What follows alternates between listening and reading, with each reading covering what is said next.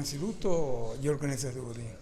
È un camp organizzato molto bene, con persone competenti e in più è un camp diciamo europeo, perché ci sono tantissime, c'è la partecipazione di vari paesi, no? Dalla Francia, dal Belgio e in più poi dopo i contenuti di questo camp è all'altezza della situazione.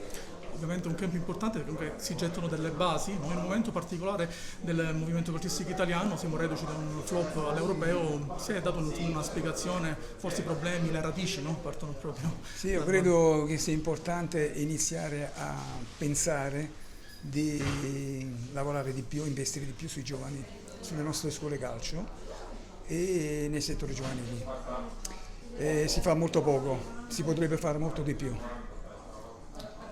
Mister, a proposito degli europei, abbiamo assistito alla prestazione singola, forse il miglior portiere degli ultimi 15 anni, c'è Gianluigi Donnarumma, e comunque storicamente la scuola dei portieri italiani è da sempre una scuola d'alta classe. Perché non si riesce in qualche maniera a espandere anche questa sapienza anche in altri ruoli del campo? Cioè, come mai i ragazzi faticano ad emergere, i ragazzi italiani faticano ad emergere in altri ruoli di campo? Allora, il vero problema oggi sono gli stranieri, nel senso che il 60% dei giocatori sono stranieri, quindi si fa fatica a mettere su una squadra diciamo di italiani. Quindi secondo me io sono stato nel periodo più bello, nel senso negli anni 90 quando c'erano 3 stranieri per ogni squadra, no?